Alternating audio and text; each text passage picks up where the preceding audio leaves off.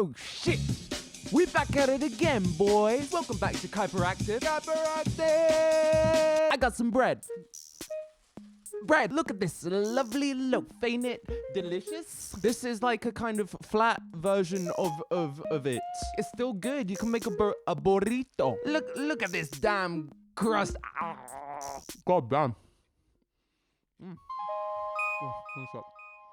The Hunger Games is a 2008 young adult dystopian fiction novel by Suzanne Collins. It's a book about bread and how lovely and tasty it is. It's actually about the government stealing people's kids and making them play Fortnite in real life. Yes, that means killing each other. And yes, you may think that that's sort of fucked up. But the even more fucked up thing is that I still think it counts as art, not the book itself, like the actual games. I think the games themselves are art. Arbitrary rules that are made for an audience with a intended effect. The Hunger Games was still made to make a comment on the human experience, even if that comment is, fuck you, we are the government, obey our laws, and your kids belong to us. This is the thing about the Hunger Games. It's so cruel in its premise that it obscures the fact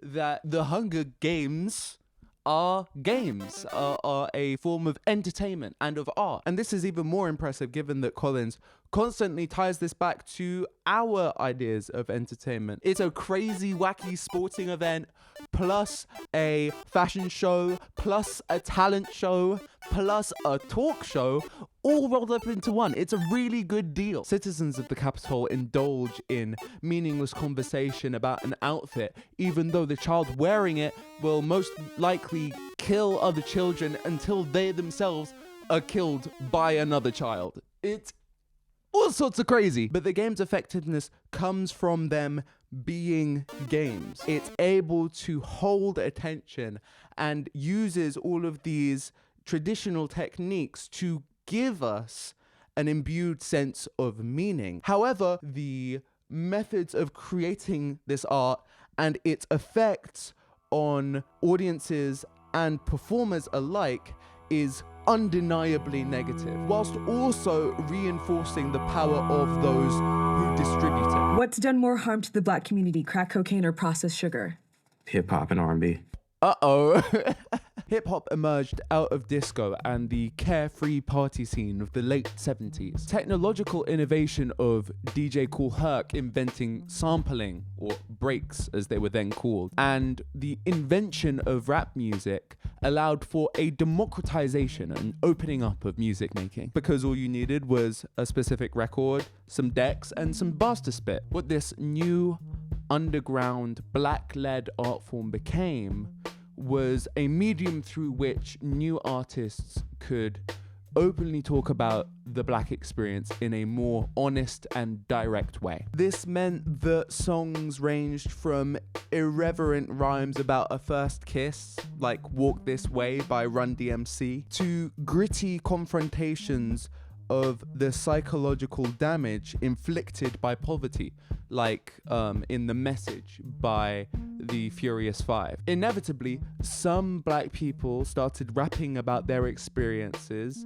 in being gang members. In the 90s, we were regaled with songs and anthems about being brothers in the hood and all of the joys and the tragedies associated with it. A mix of inequality, racism, drug proliferation, and trauma led these people to form close-knit friendships and family ties that were there to protect from these factors, and in doing so reinforced a perpetual mindset of warfare and coping with that warfare through addiction. But the black men who saw themselves represented and validated by this new form of gangster rap, as it was coined, used it as a totem to mythologize and promote and shed light on their culture and their way of life. For those from a more privileged outside looking in,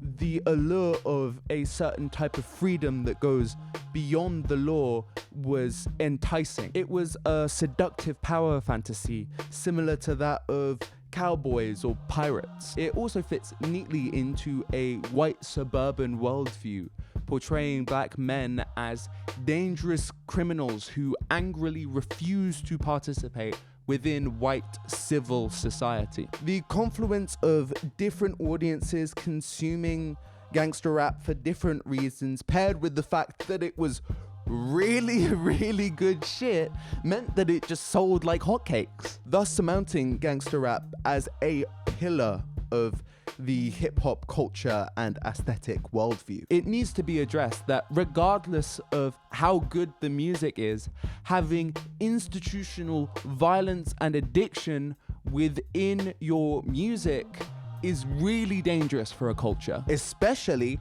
given that a rap feud has managed to kill two of the greatest rappers of all time, some of the greatest musicians that the 20th century had to offer. Not to mention the at least 90 other rappers who have been killed and murdered since 1987. It's especially sad knowing that people like Tupac were pushing for more radical forms of racial justice up until his death. For us to be on our own 2 feet, us meaning youth or us meaning black people, whatever you want to take it for us to be on our own 2 feet, we do need help because we have been here, we have been a good friend. It's like you got a friend that you don't never look out for. You know, you dressed up in jewels. Now America's got jewels and they paid and everything and they lending money to everybody except us. Everybody need a little help on their way to being, you know, self-reliant. It's worth considering how many deaths could have been prevented if the gangster wasn't such a big part of the rap aesthetic.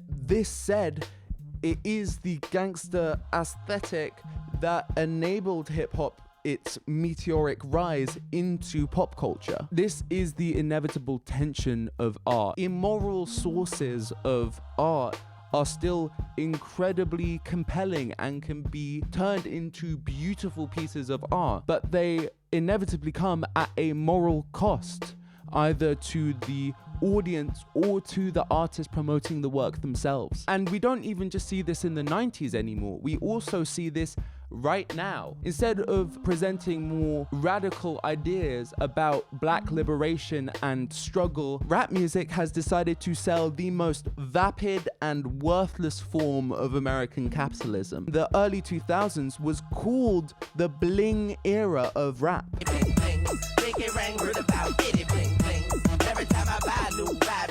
And even when it doesn't explicitly, mainstream society puts these so-called rebels on Super Bowl stages during their halftime shows so that America can sing and dance to them without actually considering their social message. Shout out No Name, by the way, for that take. It feels like there's something within the entertaining nature of art that prohibits it from being able to actually make rapid, positive social change. It also allows really evil people to get away with really crazy shit. Diddy is a almost cartoonish example of this. I mean, it's absolutely crazy how much he did and how much he got away with, but also how many people were aware of his crimes and yet said nothing. It was this artistic community, the rap community, that sustained and was the root of Diddy's power. He was associated with a good rapper.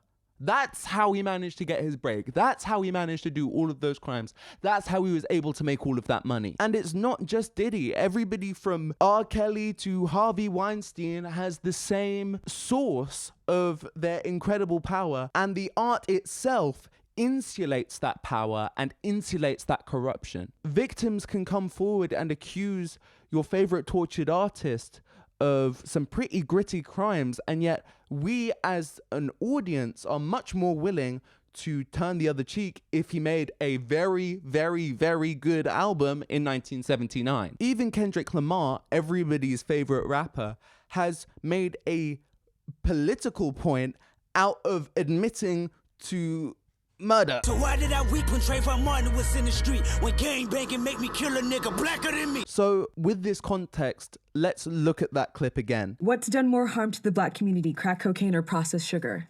Hip-hop and R&B. Really? As a rapper, you say that? I know what my job is. Why do you say that? Shoot guns, smoke crack, bitches.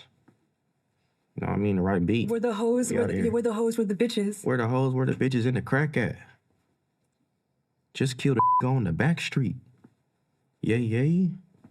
The inevitable way that you make rap music is you traumatize black people and then get them to write about their traumatic experiences. The art itself is a justification and a rationalization of the violent and addictive tendencies necessary to survive within that traumatic environment. The consequences of performing this art can be deeply negative for artists as they reinforce a traumatized and ineffective ideology, trapping them into a mindset of thug life. And for audiences, it reinforces their bias that sees black men as nothing but thugs. All the while, the substantial amount of money and power generated from this whole ordeal is funneled either into multinational massive corporations or the pockets of people like Diddy. And don't think for a second I'm just coming after hip hop. I'm coming after everything, bro. I got shooters everywhere. Boop, boop, boop, boop, boop, boop, boop, boop. Don't get me started on classical music. Classical music in the Western imagination has decided to crown itself the superlative form of art, thus rendering any form of music divergent from that tradition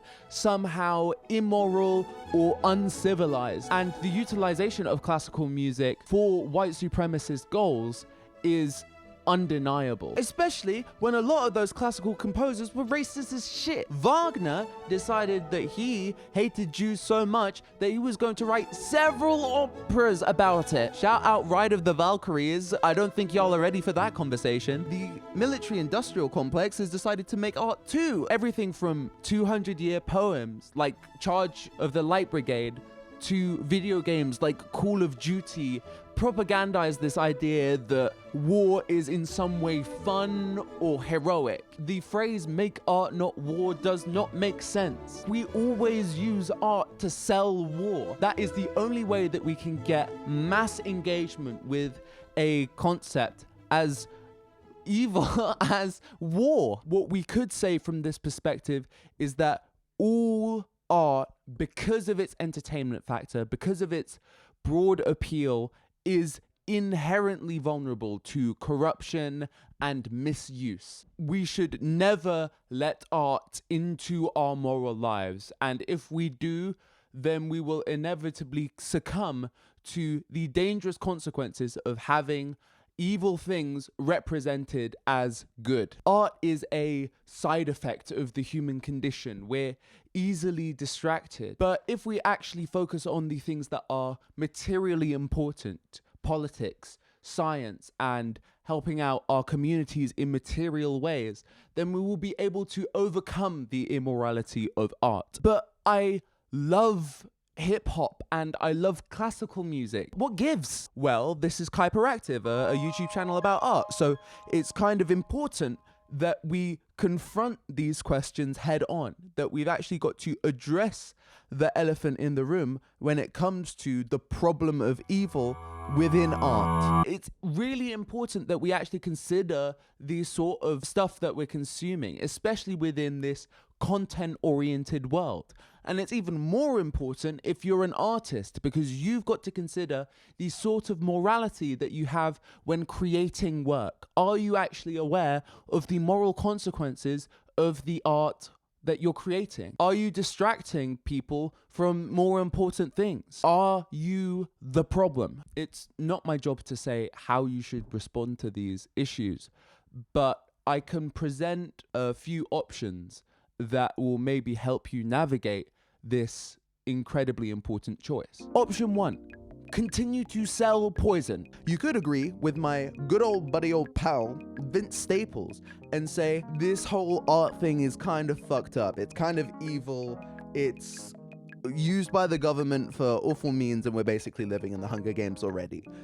But a brother's got to live. People like listening to songs, and I like making them, and it's all fun and games, so Where the bitches and the hoes and the crack at. Yay, yay. Armed with the information that we have gained thus far, we can be freed of any pompous notions of morality in art. It's like turning up to a food bank and saying, I don't have any food, but I've written a song. Like, bro, shut the fuck up. Nobody cares. We know it's evil. We know it's for fun.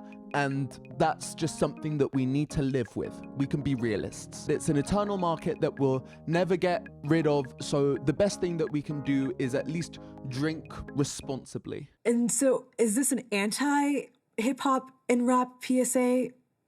No, not as long as I'm doing it. Got it. But know you're selling the poison. 2, you could quit or start a revolution. We could say our good old buddy or pal Vince Staples is not actually good or a buddy or a pal or old.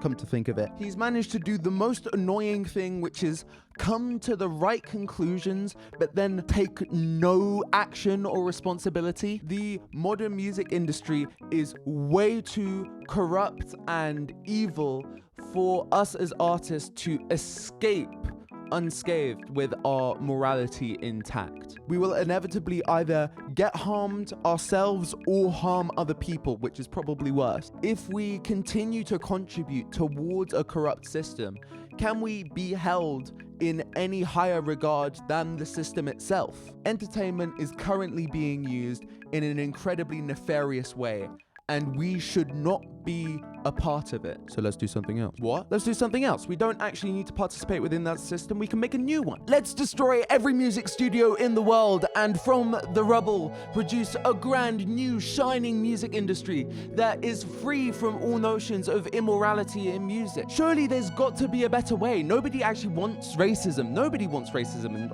I don't want racism. I do not want racism. I'm kind of so-so on it, but seems like I'm already outvoted. So we can make a new system. Maybe we should actually push for revolutionary institutional change within the music industry, because as it stands, we cannot participate without being involved in so many immoral and destructive practices that actively harm society. Option 3. Fuck that. That's bullshit. This whole thing is bullshit. Fuck the church. Here's 95 reasons why. Reason 1 through 95. The salvific power of art. Yeah, we may have talked about how many deaths hip-hop has caused, but actually, have we talked about how many lives hip-hop has saved? Consistently, throughout history, there has been one area where black people have been able to find refuge from the harsh scourge of racism. The one place where people are much more willing to be open-minded and offer up new ideas for social change and progress. Art. Art allows for social mobility because it doesn't rely on established forms of wealth. It relies on people having unique and compelling experiences to share. Art gives people purpose and meaning that they would otherwise find at the bottom of a bottle or in the barrel of a gun. Rap music doesn't turn kids into criminals, it turns criminals into artists, and that is a good thing. Yes, art can obviously be taken and twisted into an immoral or evil thing, but it's our responsibility of artists to make sure that every day that does not happen, and we can do that right now and right here, and it happens all the time. Option 4, it doesn't matter whether art is good or bad, art is a mirror. We could maybe agree with the idea that art is sometimes immoral or has immoral influences or causes, but that this is merely a reflection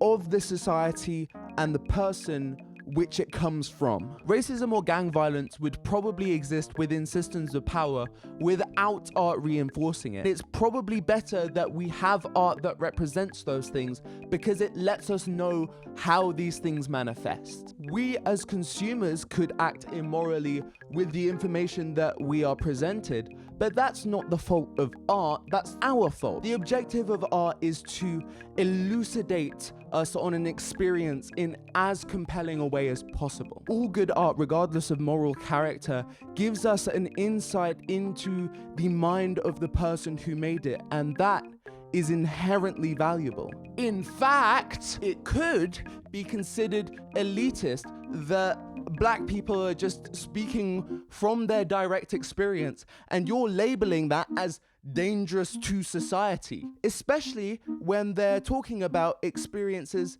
that they have little to no control over, i.e. material poverty and societal racism. Let people speak their mind and they will reward you with insight. And nobody does this better than Mr. Kendrick Lamar. In The Heart Part 5, which I heavily encourage you to listen to all of, he talks about culture in a way that reflects the systemic trauma that is experienced by the culture he grew up in. He talks about how hurt people hurt more people, and that consistent struggle to live overtakes people's moral compass. He then proceeds to release another of the greatest albums of all time by using the language of psychoanalysis and therapy throughout the entire album.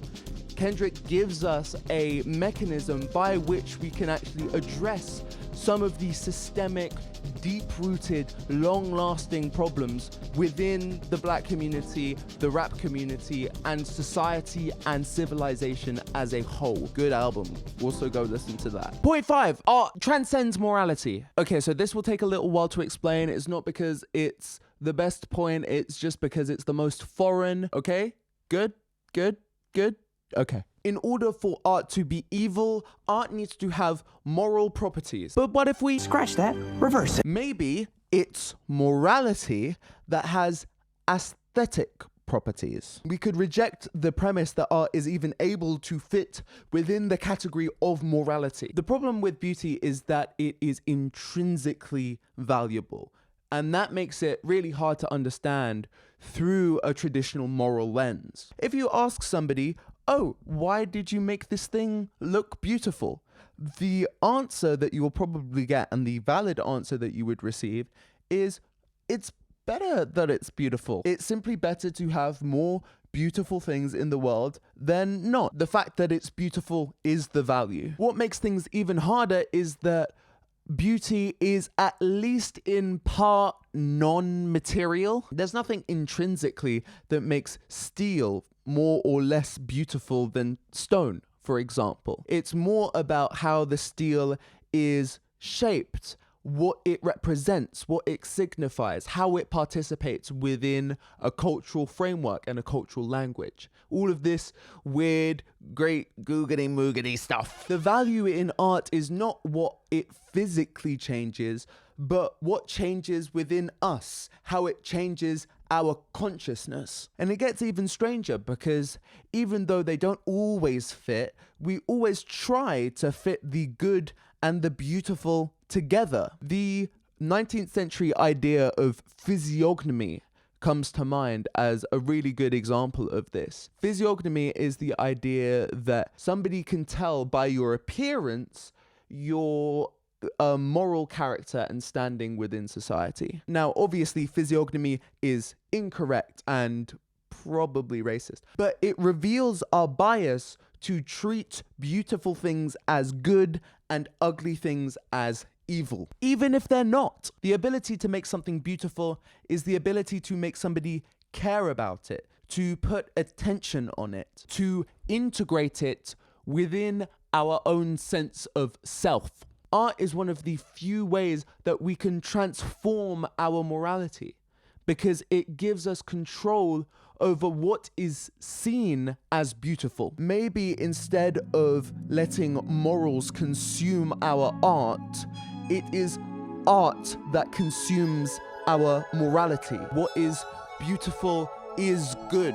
Physiognomy may have been wrong, but it was only wrong because it decided to focus on one specific form of beauty and ignore any others. Morality wants to make goodness purely objective, a set of universal moral laws that apply all the time regardless of context. In doing so, it tries to escape the first-person perspective of human experience. It shuns consciousness as limited and biased. But can we ever experience these universal, objective moral laws without our first person experience? I don't know, because I can't see in any other way. Beauty reintegrates morality into my personal experience. It allows us to understand the roles of emotion and context and understanding and acquaintance in a way that morality really struggles to. If we take the Hunger Games example from the beginning, we could argue that the Hunger Games is just ugly. It encourages suffering and the avoidance of beauty. Killing children as part of your art project is never beautiful. It makes me disgusted. It makes me want to turn away and destroy it. Hip hop is beautiful. It gives us a window into the Black experience. Therefore, if we turn the Hunger Games into a rap battle, guys, I think that would be pretty sick. Fucking hell. Beauty doesn't quite fit within our traditional conceptions of right or wrong, but we can still use this method to come to conclusions about things that we want to reject and get rid of, and still gives us a way to find a form of progress. Privileged people in the world of the Hunger Games may still think them beautiful and compelling in the same way that we think rap music is beautiful and compelling. We both allow for destructive practices in pursuit of this higher purpose, in pursuit of beauty. The only difference is which perspectives we embrace and which perspectives we choose to ignore. Okay, so those are all of the options laid out. You could agree with none of them. You could agree with one of them. If you are really good at cognitive dissonance, you could agree with all of them at the same time. Good luck. But as I've said, it's really important that we confront art's capacity for evil and confront it in a way that makes sense and fits into our broader worldview. Let me know what you think of art or evil or morality or bread in the comments. I've been really enjoying the response to these videos. Share them with your friends. My main goal at the moment is to get to 1,000 whole subscribers. But until then, stay tuned for the next one and see you soon.